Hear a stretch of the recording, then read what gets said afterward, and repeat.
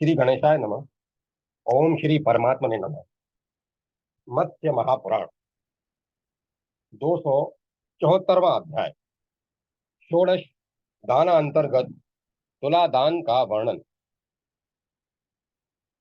ऋषियों ने पूछा, सुत जी, सभी शास्त्रों में न्यायपूर्वक धनार्जन, उसकी वृद्धि और रक्षा करना तथा उसे सत्पात्र को दान करना आदि बातें पढ़ी जाती हैं, किंतु मनस्वी बुद्धिमान धनी पुरुष किस महादान के करने से कृतार्थ हो सकता है? आप मुझे इसे विस्तार पूर्वक बताइए। सुत जी कहते हैं, ऋषियों, अब इसके बाद मैं आप लोगों को महादान की विधि बतला रहा हूँ, जिसे महातेजस्वी विष्णु ने भी पुराण में विष्णु धर्मोत्तर पुराण में दान धर्म प्रकरण में नहीं बतलाया है। उस सर्वश्रेष्ठ महादान का वर्णन मैं कर रहा हूँ। वह मनुष्यों के सभी पापों को नष्ट कर देने वाला तथा दुख स्वप्नों का विनाशक है। उस दान का पृथ्वी तल पर भगवान वासुदेव ने 16 प्रकार का बतलाया है। वे सभी पुण्यप्रद, पवित्र, दीर्घ आयु प्रदान करने वाले, सभी पापों के विनाशक, मंगलकारी तथा ब्रह्मा विष्णु महेश आदि देवताओं द्वारा पूजित हैं। उन सभी दानों में सबसे प्रथम तुला पुरुष का दान है, तत्पश्चात दूसरा हिरण्य गर्भ दान, तीसरा ब्रह्मांड दान, चौथा कल्प वृक्ष दान, पांचवा 1000 गौ दान, फिर स्वर्ण निर्मित कामधेनु का दान, स्वर्ण में अश्व का दान, हिरणाश्व रथ दान, हेम हस्ती रथ दान, पांचलांग लक दान, धरा दान 12वां, विश्व चक्र दान, कल्पता दान, सप्त सागर दान, रत्न धेनु दान तथा 16वां महाभूत घट दान, ये 16 दान कहे गए हैं। प्राचीन काल में इन सभी दानों को शंभरासुर के शत्रु भगवान वासुदेव ने किया था। इसके बाद अम्बरीश, भार्गव, परशुराम, कार्तवीर्यार्जुन, प्रहलाद, पृथु तथा भरत आदि अन्य अन्य राजाओं ने किया था। क्योंकि इस पृथ्वी तल पर इन सब दानों में एक एक दान की सर्वदा सभी देवता हजारों विघ्नों से रक्षा करते हैं। इनमें से भूतल पर यदि एक दान भी वासुदेव भगवान की कृपा से विघ्न रहित संपन्न हो जाए, तो उसके सत्फल को देवराज इंद्र भी अन्यथा करने में समर्थ नहीं है। इसीलिए मनुष्य को भगवान वासुदेव, शंकर और विनायक की आराधना कर तथा विप्रों का अनुमोदन प्राप्त कर यह महादान यज्ञ करना चाहिए। ऋषिवर्य, इसी विषय को मनु के पूछने पर भगवान जनार्दन ने उन्हें बताया था।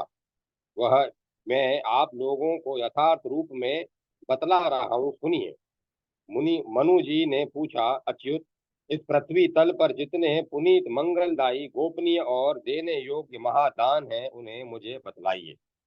मत्स्य भगवान ने कहा, राजन, जिन 16 गृह महादानों को आज तक मैंने किसी से नहीं बतलाया था, उन्हीं को यथार्थ रूप में अनुपूर्वी तुम्हें बतला रहा हूँ।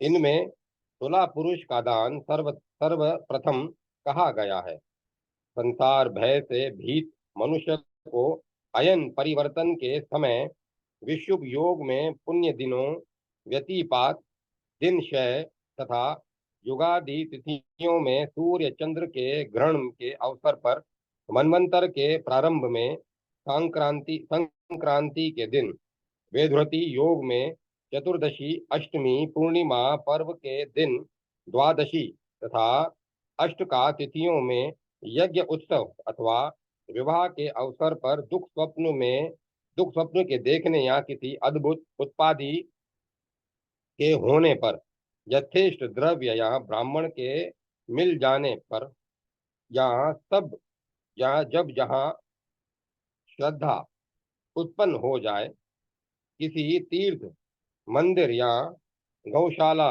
में कूप बगीचा या नदी के तट पर, अपने घर पर या पवित्र वन में, अन्यथा अथवा पवित्र तालाब के किनारे इन महादानों को देना चाहिए, क्योंकि यह जीवन अस्थिर है, संपत्ति अत्यंत चंचल है, मृत्यु सर्वदा केश पकड़े खड़ी है। इसीलिए धर्माचरण करना चाहिए। किसी पुण्यतिथि के आने पर विद्वान पुरुष ब्राह्मणों द्वारा स्वास्ति वाचन कराकर 16 हाथों का या 10 अथवा 12 हाथों का चौकोर मंडप निर्मित करवाए, जिसमें 4 सुंदर प्रवेश द्वार बनवाए जाएं।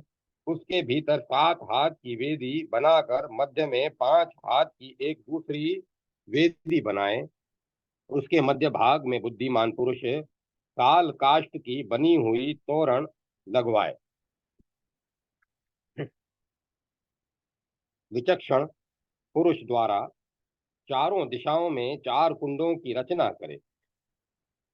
उन कुंडों को मेखला और योनि से युक्त बनाना चाहिए। उनके समीप जल से भरे हुए कलश, बड़े बड़े आसन, सुंदर तांबे के बने हुए 2 पात्र, यज्ञ के सुंदर पात्र तथा सुंदर विस्तर रखना चाहिए। कुंड में 1 हाथ लंबा चौड़ा हो कुंड 1 हाथ लंबा चौड़ा हो तथा तिल, घृत, धूप, पुष्प और अन्य उपहारों से सुशोभित हो। तदंतर पूर्व तथा उत्तर दिशा के कोण में ग्रहादियों तथा देवेश्वरों के पूजन के लिए 1 हाथ विस्तृत वेदी बनाई जाए। वहीं फलों, मालाओं तथा वस्त्रों द्वारा ब्रह्मा, शिव और विष्णु की पूजा करनी चाहिए। चारों ओर लोकपालों के वर्णों के अनुरूप पताकाएं तथा मध्य भाग में घंटियों से युक्त ध्वज होना चाहिए। चारों द्वारों पर भी दूध वाले वृक्षों के बने हुए तोरण सुशोभित हों। प्रधान द्वार पर माला, गंध, धूप, वस्त्र एवं रत्नों से सुशोभित 2 कलश रखे जाएं। तदंतर साल, इंगुदी, चंदन, देवदारू, श्रीपर्णी, गंबारी, बिल्व, बिजोरा अथवा चंपक वृक्ष के काष्ठ में के बने हुए 2 स्तंभों को, जो 5 हाथ ऊंचे हों, 2 हाथ गहरा गड्ढा खोदकर उसमें सुदृढ़ कर दें। उन दोनों स्तंभों के बीच 4 हाथ का अंतर रहे।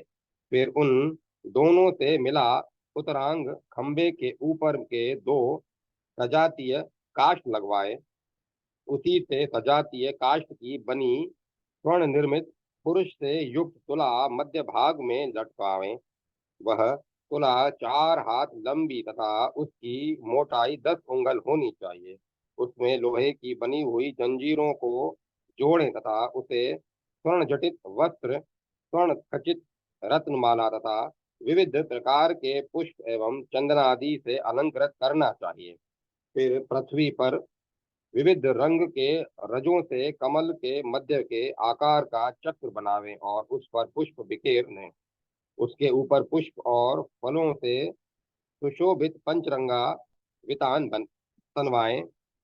तदंतर वेद वेता, सुंदर रूप, द्वेष, वंश और शील से युक्त विधि के ज्ञाता पटु अपने अनुकूल आर्य देशोत्पन्न द्विजवरों को ऋत्विज के पद पर नियुक्त करें। गुरु, आचार्य, वेदांत वेता, आर्य वंश में समुत्पन्न, शीलवान, कुलीन, सुंदर, पुराणों एवं शास्त्रों में निरत रहने वाला, अत्यंत पटु, सरल एवं गंभीर वाणी बोलने वाला, श्वेत वस्त्रधारी, कुंडल, जंजीर, केयूर तथा कंठाभरण से सुशोभित हो। मंडप में पूर्व मंडप में पूर्व दिशा में 2 ऋग्वेदी ऋत्विजों को दक्षिण दिशा में तथा 2 यजुर्वेदी अधर्व ब्राह्मणों को पश्चिम दिशा में, 2 सामवेदी उद्घाता ब्राह्मणों को तथा उत्तर दिशा में 2 अथर्ववेदी विद्वानों को नियुक्त करना चाहिए। विनायक, यदि आदि ग्रह, लोकपाल, 8 वसुगण, आदित्यगण, मरुदगण, ब्रह्मा, विष्णु, शिव, सूर्य एवं वनस्पतियों के लिए इनके उनके मंत्रों द्वारा चार चार आहुतियां देनी चाहिए तथा उनके सूक्तों का क्रमानुसार शुद्ध शुद्ध जप करवाना चाहिए। हवन की समाप्ति के बाद यजमान सहित आचार्य तुरही का शब्द करते हुए बलि पुष्प और धूप लेकर क्रमशः सभी लोकपालों का उनके मंत्रों द्वारा इस प्रकार आवाहन करें। भगवान, आप देवताओं के स्वामी और वज्र धारण करने वाले हैं।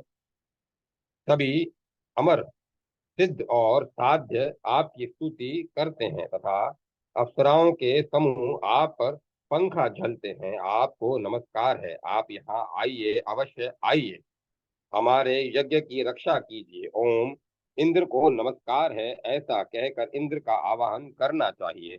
अग्निदेव, आप सभी देवताओं के हव्य वाहक हैं। मुनिवर गण सब और से आपकी सेवा करते हैं। आप अपने तेजस्वी लोक गणों के साथ यहाँ आए, अवश्य आए और मेरे यज्ञ की रक्षा करें। आपको प्रणाम है। ओम, अग्नि को नमस्कार है, ऐसा कहकर अग्नि का आवाहन करना चाहिए। सूर्यपुत्र धर्मराज, आप सभी देवताओं द्वारा पूजित दिव्य शरीरधारी और शुभ एवं अशुभ तथा आनंद एवं शोक के अधीश्वर हैं। हमारे कल्याण के लिए हमारे यज्ञ की रक्षा कीजिए। आपको अभिवादन है। ओम, यमराज को नमस्कार है, ऐसा कहकर यम का आवाहन करना चाहिए। भगवान, आप लोकों के अधीश्वर तथा राक्षस समूह के नायक हैं। शुभादिनाथ, आप वेतालों और पिशाचों के विशाल समूहों के साथ यहाँ आइए, अवश्य आइए और मेरे यज्ञ की रक्षा कीजिए। आपको प्रणाम है। ओम, नेत्रति को नमस्कार है, ऐसा कहकर नेत्रति का आह्वान करना चाहिए। भगवान, विद्याधर और इंद्र आदि देवता आपका गुणगान करते हैं। आप समस्त जलचरों, समुद्रों, बादलों और अप्सराओं के साथ यहाँ आइए, अवश्य आइए और हमारी रक्षा कीजिए। आपको अभिवादन है। ओम, वरुण को नमस्कार है, ऐसा कहकर वरुण का आवाहन करना चाहिए। भगवान, आप काला अग्नि के सहायक और प्राणों के अधीश्वर हैं। आप मृग हिरण पर आरूढ़ हो सिद्ध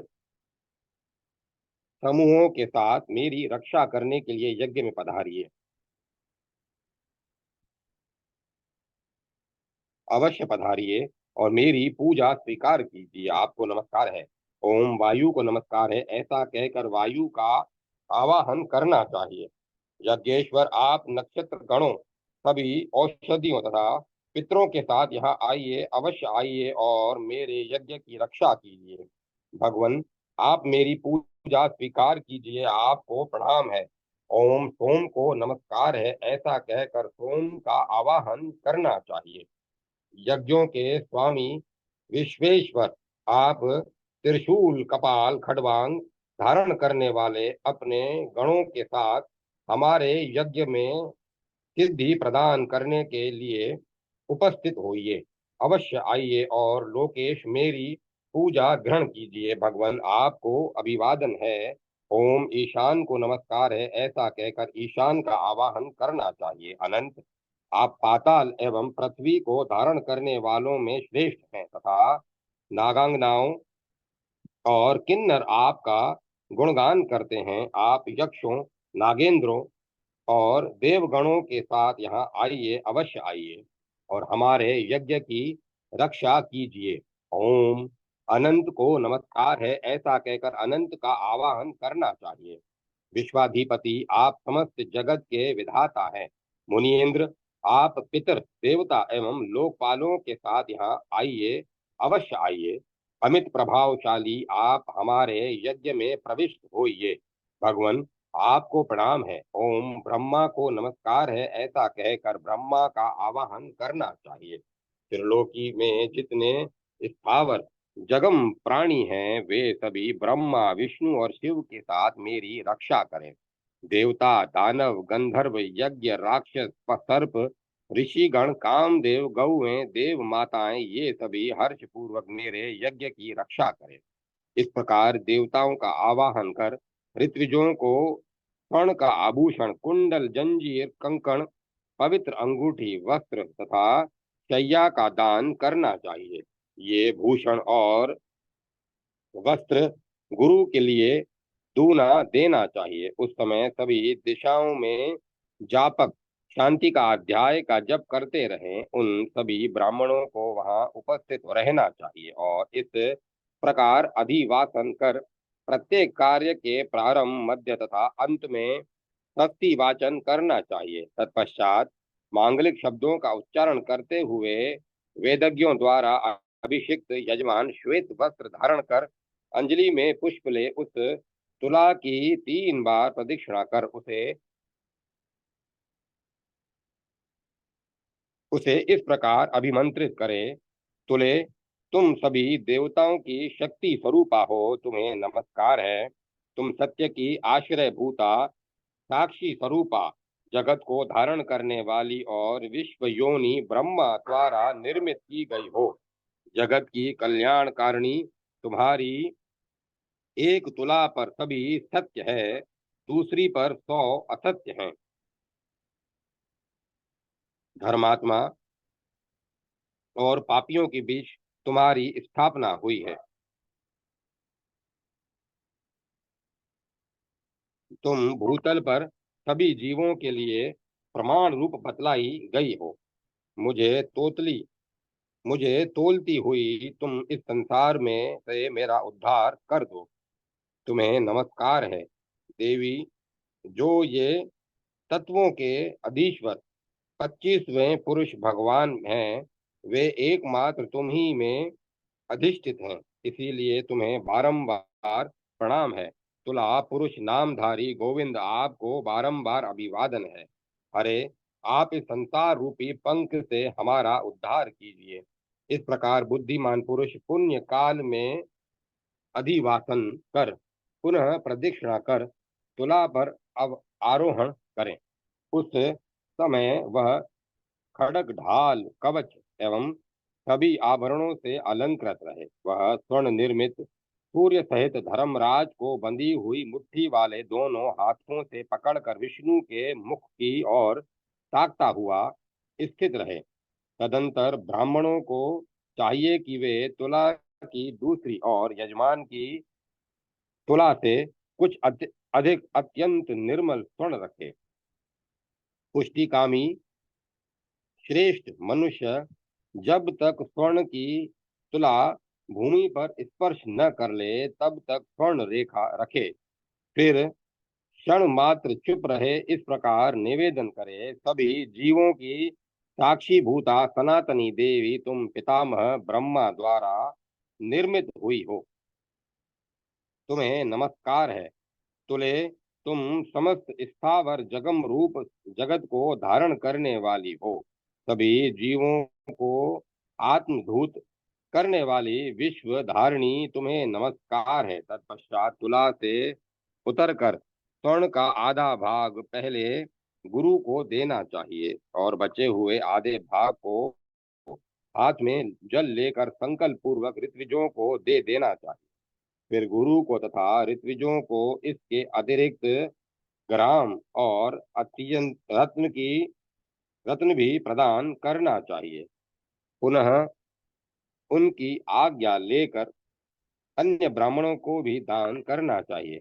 विशेषतया दीनों एवं अनाथों को भी ब्राह्मणों के साथ दान देना चाहिए। बुद्धिमान पुरुष उस तोले गए स्वर्ण को अधिक देर तक अपने घर में न रखे, क्योंकि यदि वह घर में रह जाता है तो मनुष्यों को भय देने वाला, शोक और व्याधि को बढ़ाने वाला होता है। उसे शीघ्र ही दूसरे को दे देने से मनुष्य श्रेय का भागी हो जाता है। इस प्रकार की विधि से जो मनुष्य तुला पुरुष का दान देता है, वह प्रत्येक मनवंतर में प्रत्येक लोक के स्वामित्व पद पर निवास करता है। वह किंकणी समूहों से युक्त एवं सूर्य के समान तेजस्वी विमान पर चढ़कर अप्सराओं से सुपूजित हो विष्णुपुर को जाता है और उस लोक में 100 कोटि कल्पों तक पूजित होता है। फिर पुण्य कर्म के श्रेय होने पर वह भूतल पर राज राजेश्वर होता है। अनेक राजाओं के मुकुट की मणियों से उसका पदपीठ शोभायमान होता है। वह श्रद्धा सहित सहस्त्रों यज्ञों का अनुष्ठान करता है और प्रचंड प्रताप से समस्त राजाओं को पराजित करता है। जो मनुष्य इस तुला पुरुष के दान को दिए जाते हुए देखता है, दूसरे अवसर पर उसका स्मरण करता है, लोक में पढ़कर उसकी विधि को सुनता है, अथवा जो इसकी विधि को सुनता या पढ़ता है, वह भी इंद्र के समान स्वरूप धारण कर पुरंदर प्रभृति देवगणों द्वारा सेवित स्वर्ग लोक को प्राप्त करता है। इस प्रकार श्री मत्स्य महापुराण में महादान अनुकीर्तन प्रसंग में तुला पुरुष दान नामक 274वां अध्याय संपूर्ण हुआ। जय माता सरस्वती। जय मां सरस्वती। 275वां अध्याय हिरण्यगर्भ दान की विधि। मत्स्य भगवान ने कहा, अब इसके बाद में हिरण्यगर्भ नामक सर्वश्रेष्ठ महादान की विधि बतलाता हूँ, जो महापातकों का विनाश करने वाला है। बुद्धिमान पुरुष को चाहिए कि वह किसी पुण्य दिन के आने पर तुला पुरुष दान की भांति इस दान में भी ऋत्विज, मंडप, पूजन सामग्री, भूषण, वस्त्र, अच्छादान आदि का संग्रह करे। फिर उपवास पूर्वक लोगों का आवाहन, पुण्यवाचन और अधिवासन करके ब्राह्मणों द्वारा स्वर्ण में मांगलिक कलश को मंडप में मंगवाए। वह कलश स्वर्ण कमल के गर्भ की भांति सुंदर और 72 अंगुल ऊंचा हो।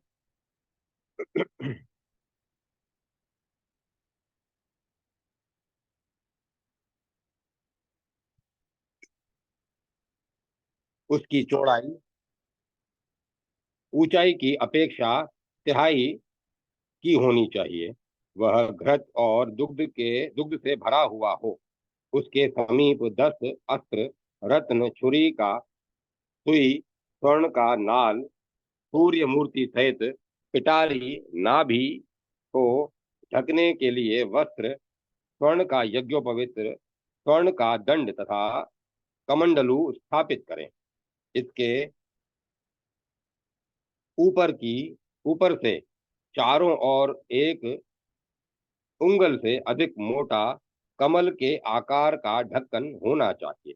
मोतियों की लड़ियों से सुशोभित तथा पद्मराग मणियों से युक्त वह कलश वेदिका के मध्य भाग में द्रोण परिमित तिल के ऊपर स्थापित होना चाहिए।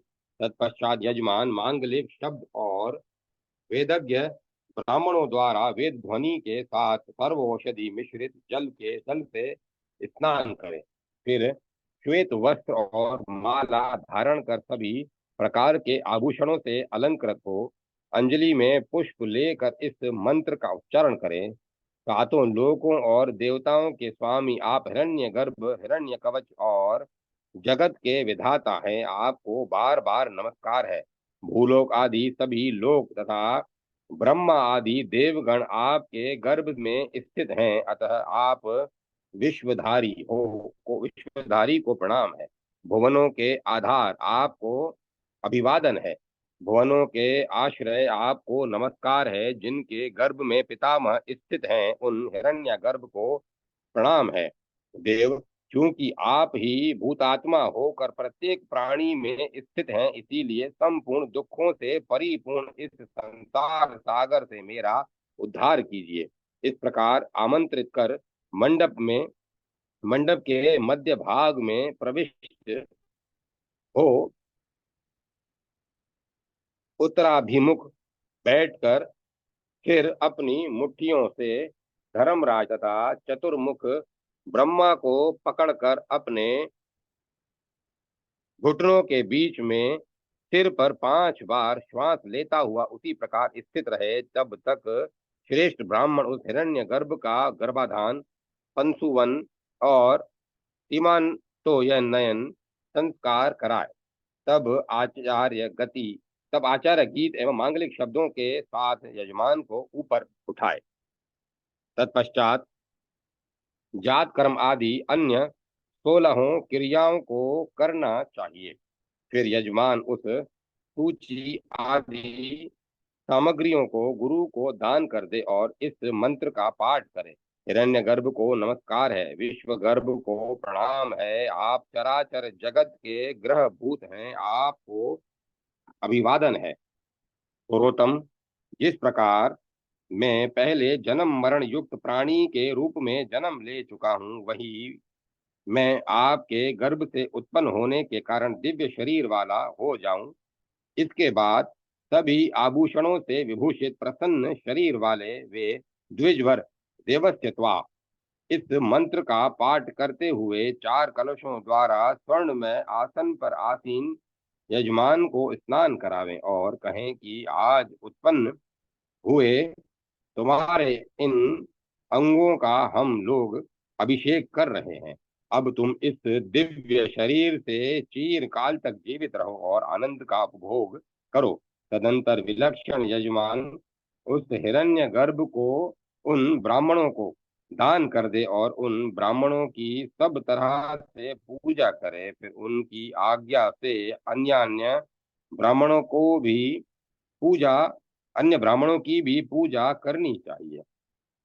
वहां की सभी सामग्रियों को पादुका, जूता, छाता, चामर, आसन, पात्र, ग्राम, देश अथवा अन्य जो कुछ भी संभव हो गुरु को समर्पित कर देना चाहिए।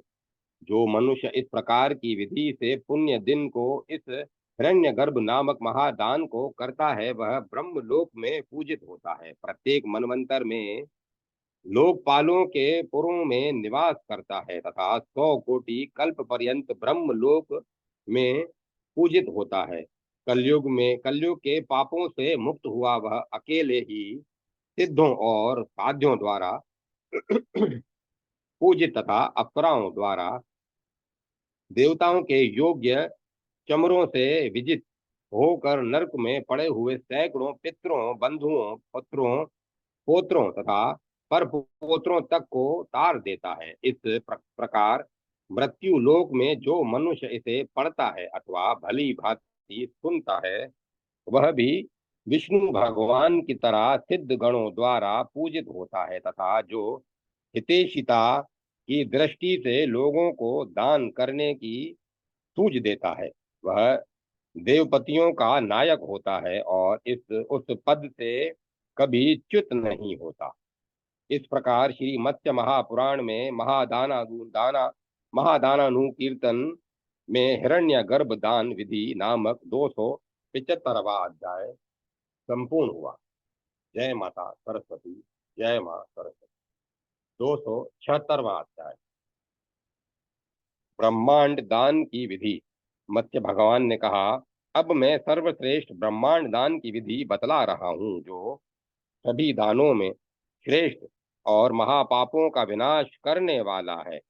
पुण्य दिन के आने पर तुला पुरुष दान के समान इसमें भी ऋत्विज मंडप पूजन की सामग्री, भूषण तथा अच्छा दान आदि को एकत्र करना चाहिए। इसी प्रकार लोकपालों का आवाहन और अधिवासन भी करना चाहिए। इसके पहले बुद्धिमान पुरुष को अपनी शक्ति के अनुसार 20 फल से ऊपर 1000 फल तक 2 कलशों से संयुक्त सोने के ब्रह्मांड की रचना करवानी चाहिए। वह ब्रह्मांड 8 दिग्गजों से संयुक्त, 6 वेदांगों से संपन्न तथा 8 लोकपालों से युक्त हो। इसके उसके मध्य भाग में चतुर्मुख ब्रह्मा तथा शिखर पर शिव, विष्णु और सूर्य स्थित हो। वह उमा तथा लक्ष्मी से युक्त हो। उसके गर्भ में वसुगण, आदित्यगण और मरुदगण होने चाहिए तथा वह बहुमूल्य रत्नों से सुशोभित भी हो। उसकी लंबाई चौड़ाई एक बीते से लेकर 100 अंगुल तक होनी चाहिए। उसे रेशमी वस्त्र से परिवेष्टित कर एक द्रोण तिल पर स्थापित करना चाहिए। उसके चारों ओर 18 प्रकार के अन्नों को रखना चाहिए। उसकी पूर्व दिशा में अनंत शाही को, दक्षिण पूर्व में अग्नि कोण में प्रद्युम्न को, दक्षिण दिशा में प्रकृति को दक्षिण पश्चिमी के नेतृत्व कोण के में संकर्षण को पश्चिम दिशा में, चारों वेदों को पश्चिम उत्तर वाव्य कोण में अनिरुद्ध को, उत्तर दिशा में अग्नि को, उत्तर पूर्व के ईशान कोण में स्वर्ण निर्मित वासुदेव को स्थापित करना चाहिए। बुद्धिमान पुरुष इन सभी देवताओं की स्वर्णमयी प्रतिमा बनवाकर चारों ओर गुड़ के आसन पर स्थित कर उसकी उनकी पूजा करें।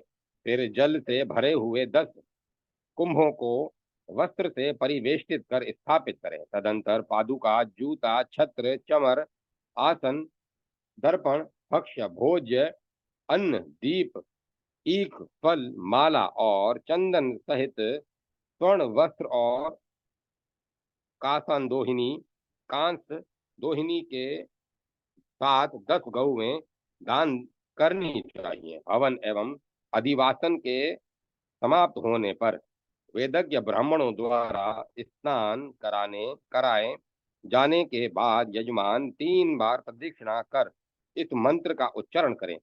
विश्वेश्वर, आपको नमस्कार है। विश्वधाम, आप जगत को उत्पन्न करने वाले हैं, आपको प्रणाम है।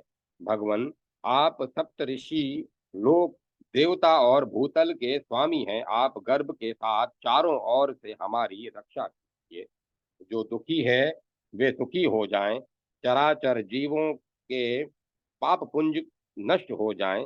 आपके दान रूप शस्त्र से नष्ट हुए पापों वाले लोगों के ब्रह्मांड दोष नष्ट हो जाएं।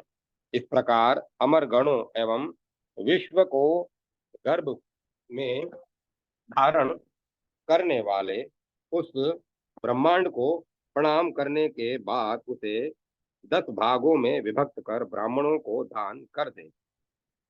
उनमें से 2 भाग गुरु को दे और शेष भागों को क्रमशः समान रूप से ब्राह्मणों को दे। स्वल्प हवन में एक गुरु को ही एकाग्नि की विधि से नियुक्त करना चाहिए और अल्प वित्ती होने पर यथोक्त वस्त्र आभूषण आदि से उन्हीं की पूजा करनी चाहिए। इस प्रकार जो मनुष्य इस लोक में इस ब्रह्मांड दान की क्रिया को संपन्न करता है, वह पापों के नष्ट हो जाने से शुद्ध शरीर हो, अप्सराओं के साथ महान विमान पर आरूढ़ हो, मुरारी के आनंददायक पद को प्राप्त करता है। इस प्रकार करने से वह अपने सैकड़ों पिता, पितामह, पुत्र, पौत्र, बंधु, प्रियजन, अतिथि और स्त्री को तार देता है। साथ ही जिसका पाप समूह ब्रह्मांड दान के चूर्ण हो गया हो ब्रह्मांड दान से चूर्ण हो गया हो, उस संपूर्ण मृत मातृकुल को भी आनंदित करता है। इसे जो मनुष्य देव मंदिरों अथवा धर, धार्मिकों के ग्रहों से में पढ़ता अथवा सुनता या ऐसा करने की मति ही देता है, वह इंद्र के भवन में अप्सराओं के साथ आनंद का अनुभव करता है। इस प्रकार श्री मत्स्य महापुराण में महादान वर्णन प्रसंग में ब्रह्मांड दान विधि नामक 276वां अध्याय संपूर्ण हुआ। जय माता सरस्वती। जय मां सरस्वती। 277वां अध्याय कल्पपादप का कल्पपादप दान विधि। मत्स्य भगवान ने कहा, इसके बाद मैं सभी पातकों को नष्ट करने वाले अति उत्तम कल्पपादक दान नामक महादान का वर्णन कर रहा हूँ। पुण्य दिन प्राप्त होने पर तुला पुरुष दान के समान ही पुण्यवाचन तथा लोकपालों का आवाहन कर ऋत्विज मंडप पूजन सामग्री भूषण अच्छादान आदि संपन्न कर कल्प वृक्ष दान का समारंभ करें। उसके इसके लिए विविध प्रकार के फलों से सुशोभित एक स्वर्ण में कल्प वृक्ष बनावें। उस पर विविध प्रकार के पक्षी, वस्त्र तथा आभूषण भी बनवाएं। उस वृक्ष को यथाशक्ति 3 पल से लेकर 1000 पल तक का बनवाना चाहिए। इसमें से आधे सोने का कल्प पादप बनवाना चाहिए और उसे एक प्रस्थ गुण के ऊपर 2 श्वेत वस्त्रों से संयुक्त कर स्थापित करना चाहिए। वह कल्प वृक्ष ब्रह्मा, विष्णु, शिव और सूर्य के चित्रों से संयुक्त 5 शाखाओं वाला हो। उसके निचले भाग में स्त्री सहित कामदेव के चित्र की रचना करनी चाहिए। उसकी पूर्व दिशा में चतुर्थांश से संतान नामक देव वृक्ष की, दक्षिण दिशा में घृत के ऊपर श्री देवी के साथ मंदार नामक देव वृक्ष की, पश्चिम दिशा में जीरा के ऊपर सावित्री के साथ पारिजात वृक्ष की तथा उत्तर दिशा में तिलों के ऊपर गौ के साथ फल संयुक्त हरि चंदन वृक्ष की स्थापना करनी चाहिए। पुनः रेशमी वस्त्र से वेष्टित ईख, पुष्पमाला और फलों से संयुक्त 8 पूर्ण कलशों को स्थापित करें। उनके निकट पादुका, भोजन पात्र, दीप, जूता, छत्र, चामर, आसन, फल और पुष्प भी रखना चाहिए। उनके ऊपर वितान भी लगवाया जाए। उनके चारों ओर 18 प्रकार के धान्य रखे जाएं। इस प्रकार हवन एवं अधिवासन की समाप्ति होने पर वेदज्ञ ब्राह्मणों द्वारा स्नान कराए जाने पर यजमान 3 प्रदक्षिणा करके इस मंत्र का उच्चारण करें। आप अभिलक्षित पदार्थ को प्रदान करने वाले कल्प वृक्ष हैं। आपको नमस्कार है देव। आप विश्व का भरण पोषण करने वाले विश्व मूर्ति हैं। आपको प्रणाम है सनातन। चूंकि आप विश्वात्मा ब्रह्मा, शिव, दिवाकर, मूर्त, अमूर्त तथा इस चराचर विश्व में के परम कारण रूप हैं, अतः मेरी रक्षा कीजिए। आप ही अमृत सर्वस्व, अनंत, अव्यय, पुरुषोत्तम और संतान आदि दिव्य वृक्षों से युक्त हैं, अतः आप इस संसार सागर से मेरी रक्षा कीजिए। इस प्रकार आमंत्रित कर इस कल्प वृक्ष को गुरु को समर्पित कर दें और संतान आदि वृक्षों को 4 ऋतुजों को दे दें। स्वल्प सामग्रियों के होने पर एकाग्नि पूजन की भांति एक गुरु की ही पूजा करनी चाहिए। इस दान में न तो कृपणता करनी चाहिए और न विस्मय ही करना चाहिए। जो मनुष्य इस विधि से कल्पादप का दान करता है वह सभी पापों से मुक्त होकर अश्वमेध यज्ञ का फल प्राप्त करता है। वह सिद्ध, चारण, किन्नर और अप्सराओं से घिरा हुआ अपने सगोत्रीय भूत तथा भविष्य काल में होने वाले पुरुषों को तार देता है। वह स्वर्गलोक में पुत्र, पौत्र और परपोत्रों द्वारा स्तुति किया जाता हुआ सूर्य के समान तेजस्वी विमान पर चढ़कर विष्णु लोक को जाता है। वहां 100 कल्पों तक निवास करता है। तदंतर वह पुनः मृत्यु लोक में राजाधिराज होता है। वहां वह नारायण के पराक्रम से संयुक्त हो नारायण की भक्ति में निरत और उन्हीं की कथाओं में आसक्त रहता है, जिससे पुनः वैकुंठ लोक को प्राप्त करता है। जो मनुष्य इस कल्प पादप दान की समग्र विधि को पढ़ता या सुनता है अथवा जो कल्प वित्तशाली पुरुष केवल स्मरण करता है वह भी पाप मुक्त होकर इंद्रलोक में जाकर अप्सराओं के साथ मनवंतर पर्यंत निवास करता है। इस प्रकार श्री मत्स्य महापुराण में महादान अनुकीर्तन प्रसंग में कल्प पादप प्रदान विधि नामक 277वां अध्याय संपूर्ण हुआ। जय माता सरस्वती। जय मां सरस्वती। 278वां अध्याय गो सहस्त्र दान की विधि। मत्स्य भगवान ने कहा, इसके बाद मैं सभी पापों को दूर करने वाले अति उत्तम गो सहस्त्र दान नामक महादान की विधि बता रहा हूँ। किसी युगादि या मनवादि पुण्य तिथि के आने पर त्रिरात्र अथवा एक रात्र पयोव्रत करें। फिर तुला पुरुष दान की तरह लोकपालों का आवाहन पुण्यवाचन तथा हवन करना चाहिए। पुनः उसी प्रकार ऋत्विज मंडप पूजन सामग्री भूषण अच्छादान आदि को भी एकत्र करें। तत्पश्चात पूर्व निर्दिष्ट लक्षणों से संयुक्त नंदीकेश्वर के एक वृषभ के को वेदी के मध्य भाग में स्थापित करें। वेदी के बाहर चारों ओर 1000 गौओं को, जिनके सींग सोने से और खुर चांदी से मढ़े गए हों तथा दो जो वस्त्र और पुष्प माला से विभूषित हों, स्थापित करें।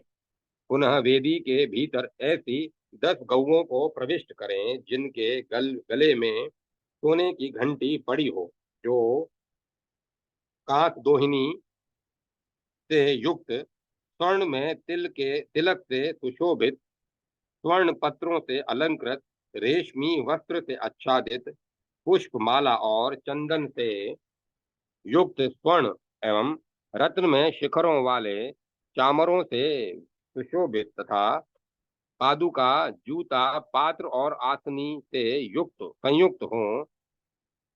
प्रति 10 गौओं के बीच रेशमी वस्त्र से परिवेष्टित अलंकारों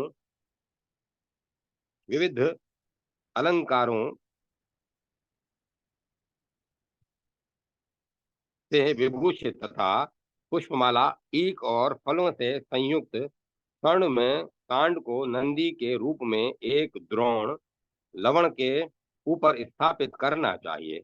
इन सब सामग्रियों का निर्माण 100 पल स्वर्ण के से ऊपर 3000 पल तक अपनी आर्थिक शक्ति के अनुसार करना चाहिए। 100 गौओं के दान में भी इन सब का दशांश रूप से व्यय करना चाहिए। तदंतर पुण्य काल आने पर गीत एवं मांगलिक शब्दों के साथ वेदज्ञ ब्राह्मणों द्वारा सर्व औषधि मिश्रित जल से स्नान कराया हुआ यजमान अंजलि में पुष्प लेकर इस मंत्र का उच्चारण करें। विश्व मूर्ति स्वरूपा विश्व माताओं को नमस्कार है। लोकों को धारण करने वाली रोहिणी रूपा गौओं को बारंबार प्रणाम है। गौओं के अंकों में 21 भुवन तथा ब्रह्मादि देवताओं का निवास है। वे रोहिणी स्वरूपा माताएं मेरी रक्षा करें। गौएं मेरे अग्रभाग में रहें, गौएं मेरे पुष्ट भाग में रहें, गौएं नित्य मेरे सिर पर वर्तमान रहें और मैं गौओं के मध्य में निवास करूं। सनातन, क्योंकि तुम ही वृष रूप से सनातन धर्म और भगवान शिव के वाहन हो, अतः मेरी रक्षा करो।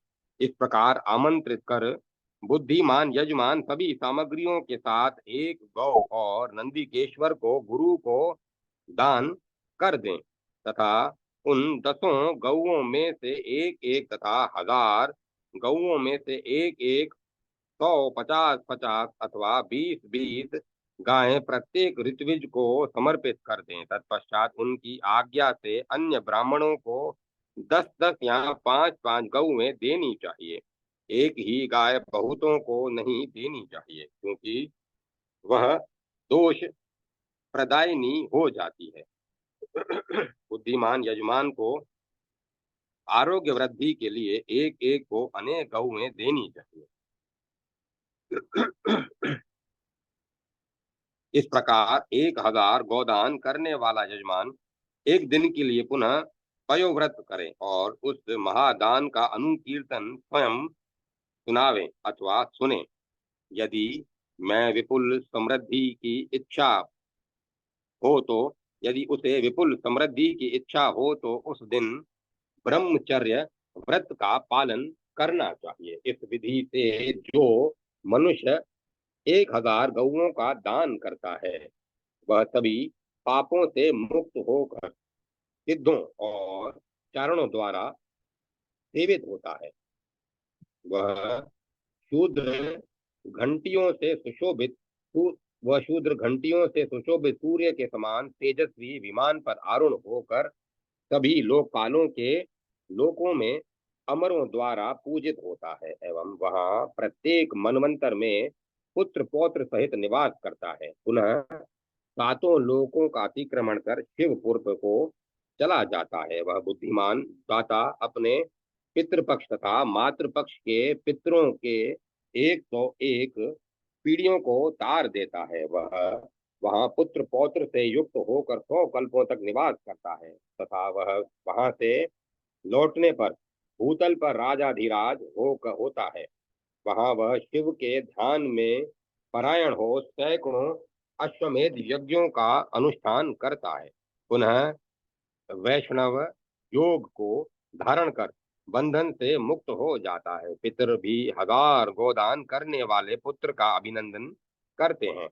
वे अपने हृदय में सर्वदा यह आकांक्षा करते रहते हैं कि यह हमारे कुल में कोई पुत्र क्या हमारे कुल में कोई पुत्र अथवा दोहित्र कन्या का पुत्र ऐसा होगा जो 1000 गौओं का दान कर हम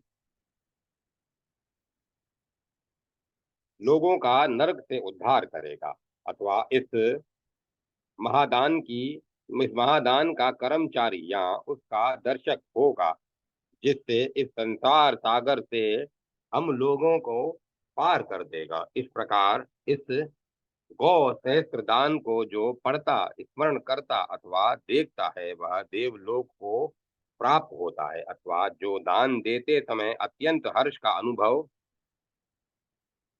करता है उसका शरीर पाप से मुक्त हो जाता है और वह इंद्रलोक को चला जाता है। इस प्रकार श्री मत्स्य महापुराण में महादान वर्णन प्रसंग में गौ वस्त्र प्रदान विधि नामक 278वां अध्याय संपूर्ण हुआ। जय माता सरस्वती। जय मां सरस्वती। 279वां अध्याय कामधेनु दान की विधि। मत्स्य भगवान ने कहा, अब इसके बाद मैं मनुष्यों के महापातकों को नाश करने वाले तथा सभी मनोरथों को पूर्ण करने वाले कामधेनु के दान की विधि बतला रहा हूं। इसके भी तुला पुरुष दान की तरह लोकपालों का आवाहन हवन और स्थापन कार्य करना चाहिए तथा उसी प्रकार कुंड मंडप और वेदिका की रचना करनी चाहिए। कल्प वित्त वाला व्यक्ति एक कुंडीय यज्ञाग्नि की विधि से ऋत्विज रूप में समाहित चित्त वाले एकमात्र अपने गुरु का ही वर्ण करे। इसके लिए वह अत्यंत शुद्ध सोने की कामधेनु और वत्स बनाए। वह कामधेनु 1000 पल की उत्तम, 500 पल की मध्यम और 250 पल की कनिष्ठ कही गई है। असमर्थ व्यक्ति को भी अपने शक्ति के अनुसार 3 पल से ऊपर की ही कामधेनु बनवानी चाहिए। उसके बाद वेदी पर काले मृग चर्म को फैलाकर उस पर एक प्रस्थ गुड़ रखें। उसी के ऊपर बहुमूल्य रत्नों से अलंकृत उस धेनु को स्थापित करें। उस गौ के साथ 8 कुंभ तथा विविध प्रकार के फल को फिर वेदी के चारों ओर 18 प्रकार के अन्न, ईख के 8 टुकड़े, विविध प्रकार के पात्र, आसन तथा तांबे की दोहिनी को रखना चाहिए।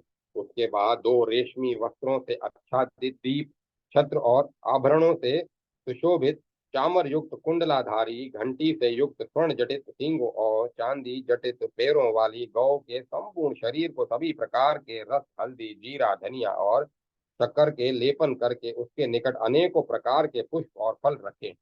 उसके ऊपर पंचरंगा चंदोवा ताने। तदंतर यजमान मांगलिक वेद ध्वनि के साथ स्नान कर पुष्प और कुश हाथ में लेकर प्रदक्षिणा करके ब्राह्मण को दान दे। फिर गुरु द्वारा उच्चारित मंत्रों से कामधेनु का आवाहन करे। तत्पश्चात इस प्रकार प्रार्थना करें, विश्वेश्वरी तुम सभी देवताओं की आश्रय स्वरूपा तथा गंगा समुद्र और पर्वतों की अभिभूता हो। मेरे पाप समूह तुम्हारे दान रूप शस्त्र से टुकड़े टुकड़े हो गए हैं। इस कारण मैं परम संतुष्ट हो गया हूँ, अतः तुम्हें नमस्कार करता हूँ। संसार में यथाभिलक्षित फल प्रदान करने वाली तुम्हें प्राप्त कर भला कौन मनुष्य सांसारिक दुखों में पड़ सकेगा। तुम सांसारिक दुखों को शांत करने के लिए पूर्ण रूप से यत्नशील हो। इसीलिए वेद वेता गण तुम्हें कामधेनु कहते हैं। इस प्रकार आमंत्रित कर जो व्यक्ति उत्तम कुल शील रूप और गुण से युक्त ब्राह्मण को इस स्वर्ण निर्मित कामधेनु को दान करता है, वह कन्या समूहों से घिरा हुआ इंद्र देव से सेवित स्वर्ग तथा शंकर के लोक को प्राप्त करता है। इस प्रकार श्री मत्स्य महापुराण में महादान वर्णन प्रसंग में हिरण्य कामधेनु दान विधि नामक 279वां अध्याय संपूर्ण हुआ। जय माता सरस्वती। जय मां सरस्वती। 280वां अध्याय हिरणाक्ष दान की विधि। मत्स्य भगवान ने कहा, अब मैं परम श्रेष्ठ स्वर्ण में अश्व के दान की विधि बतला रहा हूँ, जिसके प्रदान से मनुष्य भुवन में अनंत फल को प्राप्त करता है। किसी पुण्यतिथि के आने पर तुला पुरुष दान की तरह पुण्यवाचन कर लोकपालों का आवाहन करे, फिर ऋत्विज मंडप पूजन सामग्री भूषण आच्छादन आदि का संग्रह करे। बुद्धिमान यजमान यदि स्वल्प वित्त वाला हो तो उसे वह यह हिरणाश्व यज्ञ एकाग्नि विधि की तरह करना चाहिए। उसे अपनी शक्ति के अनुरूप 3 फल से ऊपर 1000 फल तक के सोने का अश्व बनवाना चाहिए और उसे रेशमी वस्त्र से आच्छादित कर वेदी के ऊपर फैलाए गए काले मृग चर्म पर रखी हुई तिल राशि पर स्थापित करना चाहिए। उसके निकट पादुका जूता छाता चामर चमर आसन और पात्र तथा जल से भरे हुए 8 कलश पुष्प माला ईख और फल भी रखने का विधान है। उसी प्रकार वहां स्वर्ण निर्मित सूर्य प्रतिमा से युक्त सभी सामग्रियों के सहित शैया भी स्थापित करें। तदंतर वेदज्ञ ब्राह्मणों द्वारा सर्वदो सर्व औषधि मिश्रित जल से स्नान करावें।